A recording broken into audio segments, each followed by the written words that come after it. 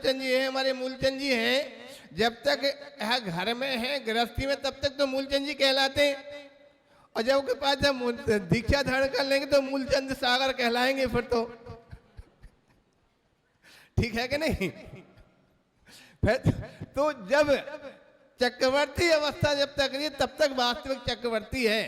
चक्रवर्ती पद छोड़ने के बाद फिर चक्रवर्ती नहीं रहते हैं, लेकिन पूर्व के नाम से उनको चक्रवर्ती कहते रहते हैं। इसलिए 12 जो चक्रवर्ती थे, 12 चक्रवर्तियों में से 10 ने तो दीक्षा धारण की थी।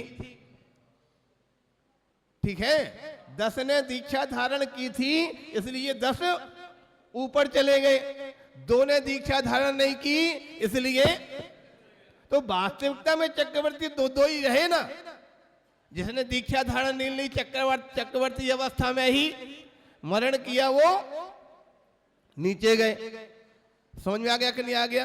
यानी कहने का तात्पर्य है जो विशेष प्रकार के पदों में रहते हैं, चाहे चक्रवर्ती हो, नारायण हो, चाहे को जो भी पृथ्वीनारायण हो, जब तक अपनी राज्य अवस्था में रह करके जो भी मरण करते हैं वो नियम से इस सूक्ति आती है। हमारे गुरुदेव सुनाया करते थे, बोले जो राजेश्वरी तो नरकेश्वरी। आ गया समझ में? जो राजेश्वरी तो नरकेश्वरी। जो राज अवस्था में मरण करेगा तो नियम से नरक जाएगा, और जो तपेश्वरी तो स्वर्ग और मोक्षपुरी। जो तपेश्वरी यानी तप धारण करेगा तो स्वर्ग या मोक्ष नियम से जाएगा। ये दोनों की अवस्था इस प्रकार से उच्च पदों वालों की होती। जो 63 सलाह का पुरुष है या पुण्य पुरुष हैं, उसमें जो तप धारण करते हैं तो स्वर्ग या मोक्ष जाते हैं, और जो तप धारण नहीं करते हैं वो नियम से। ये पद जो होते हैं बड़े खतरनाक होते। खतरनाक है कि नहीं? पद जो होते हैं राज्य इत्यादि को प्राप्त करने वाले, बोले जब तक राज्य इत्यादि तब तक तो उनकी 100 पद ऐश्वर्य सब दिखाई देता है, सब कुछ नजर आता है, लेकिन अंत में वो कारण किसका है? इसीलिए बोला जाता है जो पुण्य है ना, ये पुण्य जो होता है उसके फल तो मीठे होते, लेकिन उसकी जो जड़ें ना बहुत कड़वी होती हैं। पुण्य जो है, पुण्य के फल से ही पद प्राप्त हुए, पुण्य के फल से ही पद प्राप्त हुए हैं। चौकी लगी, बैठ जाओ चौकी पे, बैठो चौकी में, सब चलेंगे, सबके साथ चलेंगे। तो यहां बात चल रही थी, क्या बोलते हैं, विषय बदल जाता है, बीच में डिस्टर्ब हो जाता है। हाँ, पुण्य जो होता है, पुण्य की जो जड़, पुण्य के फल तो मीठे होते, लेकिन उसकी जो जड़ है, आप लोग विचार को, कोई चक्रवर्ती है, नारायण है, पृथ्वीनारायण है, जब वो पद में रहते हैं तो कितना बड़ा पुण्य का फल भोगते कि नहीं भोगते, लेकिन अंत का हो क्या होता उनका, नरक में जाते हैं। तो उसकी जड़ें कैसी हो गई? ठीक है कि नहीं? जो संपत्ति है, धन है, ऐश्वर्य है, वो जब तक व्यक्ति के लिए प्राप्त होता है, दिखाई देता है, तब तक तो व्यक्ति के लिए बहुत बड़ा अच्छा मधुर नजर आता है, लेकिन अंत उसका क्या है? अंत क्या है उसका? दुर्गति ले जाने वाला है। इसीलिए कहा जाता है कि जब किसी का अंत हो रहा हो, मरण हो रहा हो, उस समय क्या करते हैं? बोले भैया तुम्हारे पास जो है सब का त्याग कर दो। त्याग कराते ना कराते?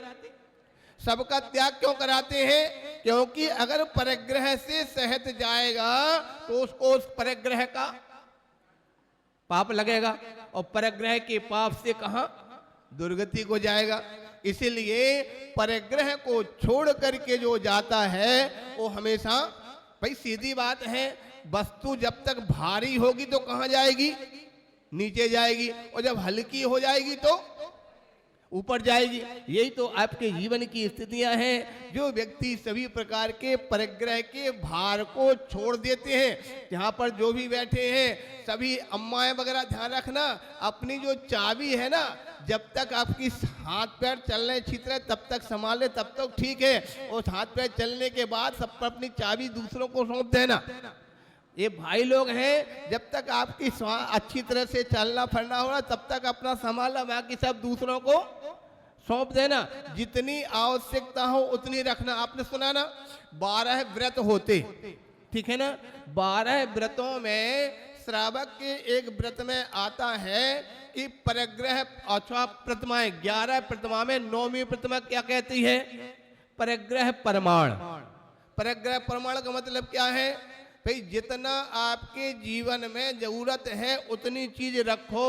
अपना अनुमान लगा लिया कि हमारी उम्र 70 वर्ष की है, 80 वर्ष की है, हमारा जीवन रोजाना हमारी आवश्यकता में हमारे लिए हो सकता 500 रुपए की हमें जरूरत पड़ती, 500 में हमारा दिन भर का खर्चा चलता जाएगा।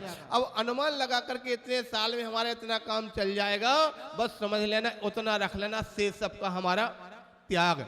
जिसको जावे, बच्चों को जावे, गरीबों में जाए, और बच्चों को तो देने की जरूरत नहीं है। हर व्यक्ति अपना अपना पुण्य लेकर के आता। तुम कितना भी जोड़ करके रख दो, आखिर तुम अगर जोड़ करके रखो, सामने वाले के पुण्य में नहीं हो, पता नहीं कहाँ उड़ जाएगा, उसके द्वारा ही घाटा लगा देगा, सब कहीं ना कहीं उसके हाथ से विलीन हो जाएगा। हर व्यक्ति कहा भी गया इसीलिए कि क्या बोलते, पूत सपूत तो काधन संचय, क्षण में ढेर लगा देगा, और पूत कपूत तो काधन संचय, खाक में सभी मिला देगा। ऐसे भी पुत्र हैं। आप यहाँ पर खास तो चित्रकूट कॉलोनी में हम देखते हैं, ज्यादातर लोग सब कहाँ बोले आसपास के गांव के हैं। जिसके पुत्र योग निकल गए वो जाकर के उन्हें आकर के जयपुर में चित्रकूट कॉलोनी बढ़िया बढ़िया फ्लैट, बढ़िया बढ़िया कोठियां तैयार कर लिया, और बच्चे तो यहाँ रहते ही हैं, साथ में माँ बाप को यहीं पर बुला लिया, आप भी यहीं पर रहो, ठीक है कि नहीं? किंतु कुछ जयपुर शहर में रहने वाले कुछ ऐसे हैं जिनके पुत्र निकम्मे निकल गए, तो उनकी कोठियां चली गई, और जाकर के कहीं ना कहीं हो सकता कहीं कोई किराए के में स्थान पर रहते हैं, कोई कहीं पड़े हैं, और खाने पीने के भी लाले। ये आप लोग स्वयं विचार कर लेना, अपना निर्णय कर लेना। इसलिए पुत्रों के, बेटों के, परिवार की चिंता में तुम जिंदगी निकालो, ये सब व्यर्थ है, तुम्हारे करने से कुछ नहीं होने वाला। अपना पुण्य अपने साथ जाता है, किसी दूसरे का पुण्य दूसरे का काम, बल्कि यहाँ तक होता तुमने धन इकट्ठा किया, पाप कमाया, बेटे उड़ा रहे हैं, जब तुम मर के जाओगे तो अगले भाव में तुमको ही उसका फल खाएंगे, उड़ाएंगे वो, और पाप का फल तुमको भोगना पड़ेगा। खैर जो हुई हो, अपने यहाँ पर बात चले थे। खास तौर से संयम और तप की शक्ति बहुत बड़ी विशेष होती है। जो संयम को धारण करते हैं, तप को धारण करते हैं, उनके लिए मन में उत्साह हो तो एक नहीं, दो नहीं, चार नहीं, कितने उपवास हो जाते हैं, कितना विहार हो जाता है, कितनी अपने आप में बैठने की साधना मिल जाती है। आप देखते हैं कोई 3 घंटे बैठते हैं, कोई 5 घंटे, कोई 6 घंटे, कोई 100 घंटे, वो इतने घंटे तक बैठ करके साधना कर लेते हैं। कोई खड़े होकर के साधना कर लेते हैं, कोई उपवास की साधना कर लेते हैं, कोई अपने इंद्रियों को रोध करके उसकी साधना कर लेते हैं। जैसा कि आप सभी देख रहे हैं, हमारे साग संघ में अभी आपके अष्टांग का पर्व प्रारंभ होते ही सबसे पहले हमारे विशाल सागर जी महाराज ने कितने बोले अष्टांग के 9 दिन की अष्टांग का है। 9 दिन का खाली 1-2 बार पानी भर लिया, बाकी 9 दिन की साधना चली। हमारे विपिन सागर जी, इन्होंने पिछले वर्ष भी वहाँ पर 8 दिन निर्जला किए थे। इस बार अपना स्वयं जब बोल करके भाई लास्ट में परेशानी बढ़े, इससे अच्छा है एक बीच में 1-2 दिन पानी लेना है तो ठीक हो जाएगा। इसलिए 8 के स्थान पर इस बार 10 कर लिया उन्होंने। और साथ ही साथ हमारे विभोर सागर जी ने अभी 2 उपवास किए थे लगातार। और उसके बाद जो विलक्ष सागर, उनका तो जब से आषाढ़ की एकम प्रारंभ हुई थी, तब से एक आहार एक उपवास, एक आहार एक उपवास ऐसा चल ही रहा। अभी लगातार 3 दिन का उपवास चला। हमारे साथ में जितने लोग हैं सब तपस्वी हैं, तप करने वाले हैं। बस हम ही एक ऐसे जो तप नहीं कर पाते हैं बाकी सब तो अच्छी तरह से यहाँ पर साधना चल रही है। और साधना में जो सहयोगी कृत कार्यत अनुमोदना, सब लोग आहार में पारणा में आहार देने के लिए क्यों आते हैं? बोले जिस प्रकार से उन्होंने तप किया है हम उनकी पारणा कराएंगे तो हमारे लिए उससे अनुमोद कृत का कार्यत का अनुमोदना का ये हमारे लिए पुण्य प्राप्त होगा। तो हमारे लिए भी ऐसी शक्ति मिलेगी आगे चल करके कि हम भी ऐसे तप कर पाएंगे। ठीक है कि नहीं? इसलिए कृतकार्य अनुमोदना से ऐसी शक्ति बढ़ाने के लिए, क्योंकि ये बात जानते हैं अभी पुण्य की बात चल रही थी। पुण्य 2 प्रकार का होता, एक संसारिक पुण्य और एक पारमार्थिक पुण्य। हम आपसे पूछते हैं जो टाटा बिरला है कैसे हैं, पुण्यवान के पापवान? पुण्यवान है कि पापवान? पुण्यवान है कि नहीं? अरे पुण्य नहीं होता तो इतनी बड़ा वैभव क्यों प्राप्त करते? वर्तमान में तो पुण्यवान है, लेकिन वो पुण्य के साथ अगर मरते हैं तो दुर्गति के भाजन होते हैं। ठीक है। दूसरी ओर साधु जन है, वो कैसे हैं? पुण्य, उनके पास सब कुछ है। और साधु कैसे हैं? पुण्यवान के पापवान, उनके पास तो कुछ भी नहीं है। तो वो भी पुण्यवान, ये भी पुण्यवान, दोनों पुण्य में सबसे बड़ा यही अंतर है कि जो धनवान संपत्तिवान है वो पुण्य कौन सा है? उनको संसार भ्रमण कराने वाला पुण्य है और साधु को संसार से मुक्ति प्राप्त कराने वाला पुण्य है। अब आपको कौन सा चाहिए? संसार बढ़ाने वाला पुण्य चाहिए कि मुक्ति प्राप्त करने वाला पुण्य चाहिए? अगर संसार बढ़ाने वाला पुण्य चाहिए है तो संसारी जीवों की खातिरदारी करो। अगर मुक्ति प्राप्त करने वाला पुण्य चाहिए है तो मोक्ष मार्ग पर बढ़ने वाले जो है उनका